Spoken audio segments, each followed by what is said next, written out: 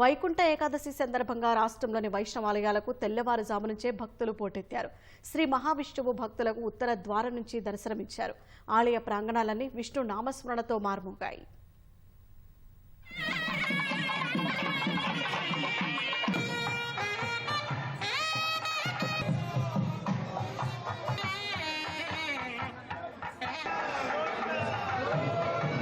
రాష్ట్రంలో వైకుంఠ ఏకాదశి వేడుకలు వైభవంగా సాగాయి. వేకువజాము నుంచే వైష్ణవాలయాలకు భక్తులు తరలివచ్చి ప్రత్యేక పూజలు నిర్వహించారు. ప్రముఖ పుణ్యక్షేత్రమైన భద్రాచలం సీతారామస్వామి ఉత్తర ద్వారం దర్శనానికి భక్తులు భారీగా తరలివచ్చారు.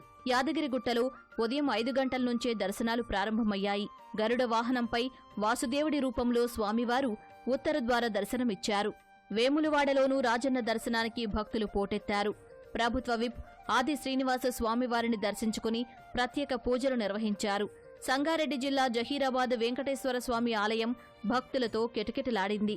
ఆలయ ప్రాంగణంలోని ధ్వజస్తంభానికి భక్తులు దీపాలు వెలిగించి మొక్కులు చెల్లించుకున్నారు.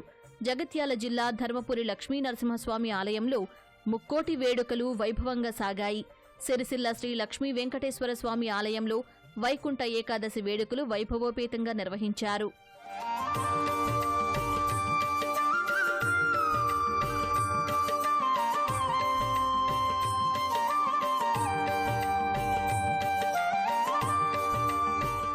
హైదరాబాద్లోని ఎస్ఆర్ నగర్, హిమాయత్ నగర్, శ్రీనగర్ కాలనీ, వనస్థలిపురం, వెంకటేశ్వర స్వామి ఆలయాల్లో ఉత్తర ద్వార దర్శనానికి భక్తులు పోటెత్తారు.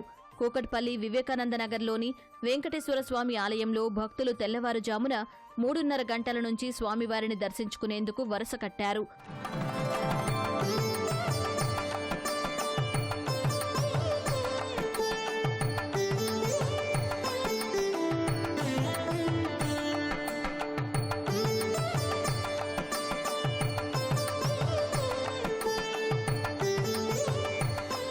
జియాగూడ రంగనాథస్వామి దేవాలయాన్ని నగర మేయర్ గద్వాల్ విజయలక్ష్మి దర్శించుకుని ప్రత్యేక పూజలు నిర్వహించారు. రంగారెడ్డి జిల్లా చేవెళ్ల వెంకటేశ్వర స్వామి దేవాలయంలో ఉత్తర ద్వార దర్శనం కోసం ఉదయం 5 గంటల నుంచే భక్తులు క్యూ కట్టారు. సికింద్రాబాద్ బోయినపల్లిలోని వెంకటేశ్వర స్వామి ఆలయ ప్రాంగణం గోవింద నామస్మరణతో మార్మోగింది.